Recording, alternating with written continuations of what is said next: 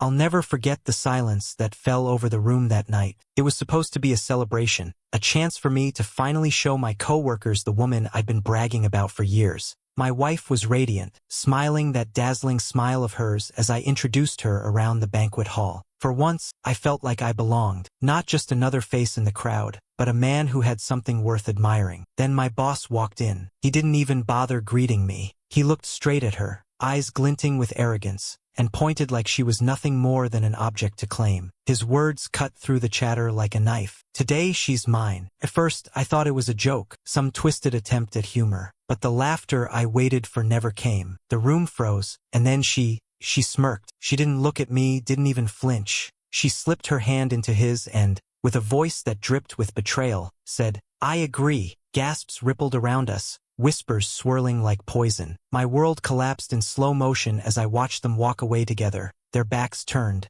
leaving me standing there like a fool. In that moment, humiliation burned hotter than fire. My colleagues' eyes drilled into me, pity and judgment mixed together. I wanted to scream, but the words stuck in my throat. I thought I'd just been slapped in front of the whole world, but this was only the beginning of my nightmare. When I first met her, I thought I'd won the lottery. She was breathtaking, the kind of woman who made entire rooms turn their heads without even trying. I was just an ordinary guy with a steady job, a beat-up car, and modest dreams. But somehow, she chose me. At least, that's what I believed. Our first dates felt like something out of a movie. She was witty, ambitious, and carried herself with the confidence of someone destined for more. She talked about her goals, her future, the glamorous life she envisioned. And me?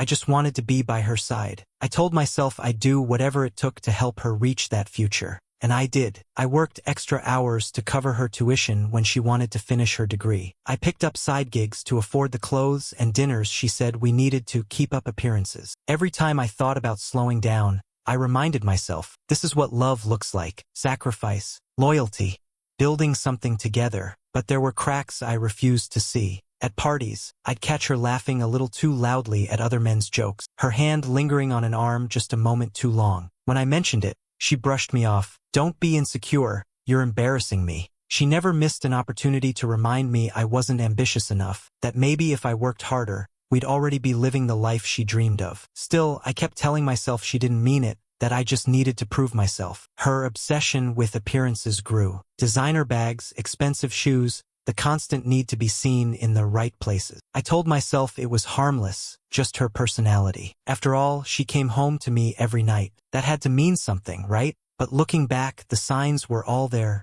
I just refused to see them. It didn't happen overnight, but piece by piece, my confidence started to erode. At first, it was little comments she'd slip into conversations. "Don't you ever want more out of life?" she'd ask, staring at me like I was some failed experiment. Or worse, sometimes I wonder if I married down. I laughed it off, swallowed the sting, told myself she was just stressed. But her tone grew sharper with time, especially when she compared me to her friends' husbands, doctors, lawyers, men who drove imported cars and lived in glassy condos. At work, I began to notice something different too. My boss, the same man I once admired, started to treat me like the punchline to a private joke. During team meetings, he'd smirk and say things like, "You better keep your wife happy, or someone else will." Everyone would chuckle, and I'd force myself to laugh along, though inside I was boiling. The worst part was how she leaned into it. At company events, she'd dress to kill, low-cut dresses, heels that announced her arrival before she even spoke. She always managed to find her way next to him, her hand brushing his arm, her laugh a little too breathless.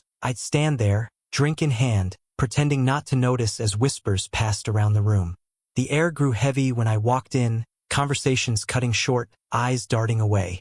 One night after yet another awkward dinner, I asked her directly, "Do you realize how it looks when you're always around him?" She rolled her eyes, her voice dripping with disdain. "God, you're so insecure. He's my friend. You sound pathetic when you say stuff like that. Do you want me to stop talking to everyone just to protect your fragile ego?" That word, pathetic, burned into me. I wanted to fight back, to demand respect, but instead I shut down. I told myself maybe I was being paranoid, maybe this was all in my head, but it wasn't. The humiliations piled up. At one office party, she walked ahead of me the entire night, barely acknowledging I was there. When I tried to introduce her to a coworker, she interrupted, saying, "Oh, don't bore him with your stories. before drifting away to my boss's table. I stood there alone, heat rising in my face, trying not to show how deeply it cut. Even in private, she'd twist the knife. If I brought it up, she'd snap, "You're controlling me.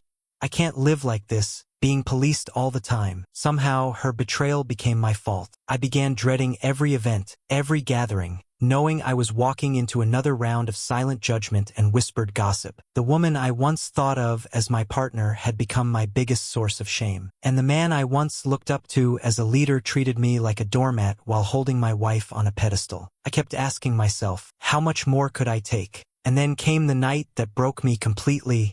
The night of the annual gala. I told myself things would be different. I spent extra money on a tailored suit, shined my shoes until they reflected the ceiling lights, rehearsed in my mind how I'd introduce myself and my wife to the higher-ups. This was my chance to restore some dignity, to remind everyone, and maybe even myself, that I belonged here. She looked stunning as always, draped in a gown that shimmered with every movement. As we walked into the ballroom, I prayed silently, "Please, just let tonight be normal. Let her stand by my side for once." For a moment, I let myself believe it was possible. We mingled with colleagues, exchanged polite laughter, and sipped champagne under chandeliers that sparkled like stars. But then, like a storm rolling in without warning, he appeared. My boss. His grin was smug, his eyes glued to her as though I didn't exist. He didn't bother with small talk. He raised his glass, pointed at her, and said loudly enough for the room to hear, "Tonight she's mine." The music didn't stop, but it felt like it had. Conversations faltered, people shifted uncomfortably. I forced a shaky laugh, praying she'd do the same, that she'd dismiss it, roll her eyes, prove them all wrong. But she didn't. She smirked. That same smirk that had once charmed me now twisted like a knife. Without hesitation, she slipped her hand into his and purred, "I agree." Gasps echoed, whispers raced across the room.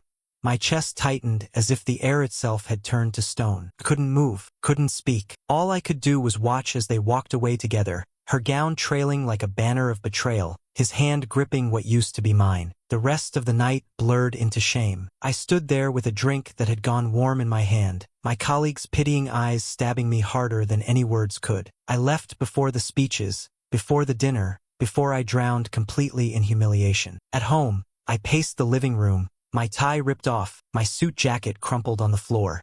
Minutes turned into hours. Midnight came, then one, then two. She didn't return. My mind ran wild, picturing them together, laughing at my expense. When the front door finally creaked open, she walked in as if nothing had happened. Her hair was tousled, her lipstick smudged. I wanted to scream, demand answers, but my voice shook when I spoke. "Where were you?" She set her purse down, looked me dead in the eye, and scoffed. "Don't start. You wouldn't understand." Understand? My voice cracked, rage boiling beneath the surface. "You humiliated me, in front of everyone. You walked out with him." She rolled her eyes, her words like venom. "You should be grateful, honestly. A powerful man like him even notices me. Do you know what that says about me? About us? You're weak, and you should thank me for making you look good by association." Weak, that word echoed in my head, bouncing around until it became unbearable. For years, I had sacrificed everything for her. I had carried her dreams on my back, swallowed every insult, endured every whisper. And here she was, mocking me in my own home, turning my loyalty into a punchline. Something in me cracked that night, but it wasn't the crack of defeat. It was the fracture that lets the light in. For the first time, I saw her clearly, not as the woman I loved, but as the poison I'd been drinking for years. I didn't scream. I didn't beg. I didn't cry. I just stared at her, letting the silence speak louder than anything I could say. Inside, a new resolve was forming. If they thought they had broken me, they were dead wrong. Word spread faster than wildfire. By the time Monday rolled around, the entire office knew what had happened at the gala. I could feel it the moment I walked through the doors. Conversations halted mid-sentence. Eyes darted away, then back at me. Whispers slipped through like drafts under a locked door. "She really traded up," someone muttered behind me. Another voice replied, "Man, I don't think I've ever seen something that brutal." At first, I thought I'd never recover from the humiliation. But then, something unexpected happened. A few colleagues, the ones who had watched me stand there frozen while my boss strutted away with my wife, pulled me aside privately. Their voices were low, but their words were steady. We saw everything. That wasn't on you. He crossed a line. It was the first time in weeks I felt a flicker of dignity. Friends were divided. Some pitied me, wrapping their sympathy in hushed tones. You didn't deserve that. Others, less kind, whispered, maybe she just needed someone more ambitious. Those words stung, but I let them roll off, because for every person who doubted me, there were two who validated what I felt. And online, if there's one thing about the internet, it's that it doesn't hold back. Imaginary voices echoed in my mind, the kind of Reddit-style commentary I knew would explode if my story ever reached the feed. Bro, she did you a favor. Trash took itself out. Your boss is a predator. You deserve better. This is workplace harassment, dude. Burn him.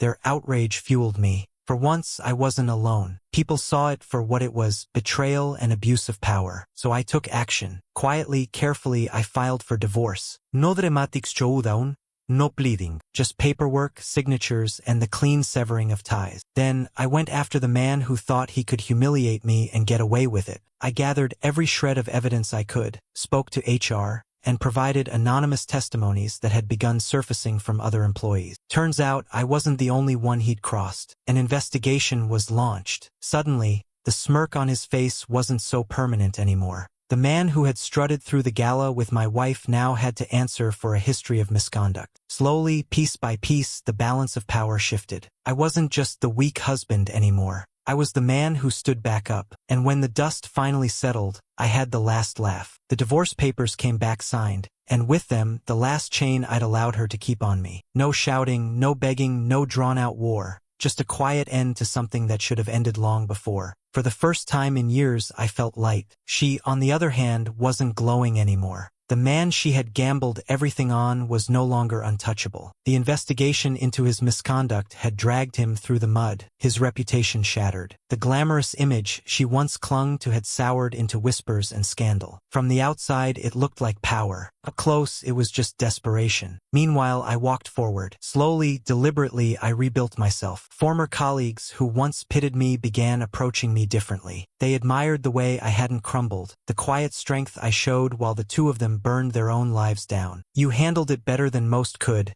one of them told me. Those words stuck with me, not because I needed validation, but because they reminded me of how far I'd come. Looking back now, the lessons are painfully clear. Love without respect isn't love. It's control disguised as devotion. Red flags don't disappear just because we choose to ignore them. And loyalty? It only has meaning when it goes both ways. If you're ever forced to choose between holding on to someone who disrespects you and walking away with your dignity intact, choose yourself. Every single time. Because sometimes, the most powerful revenge isn't screaming or fighting back. It's simply refusing to let them break you. They thought they stole my pride that night, but in reality, I reclaimed it forever.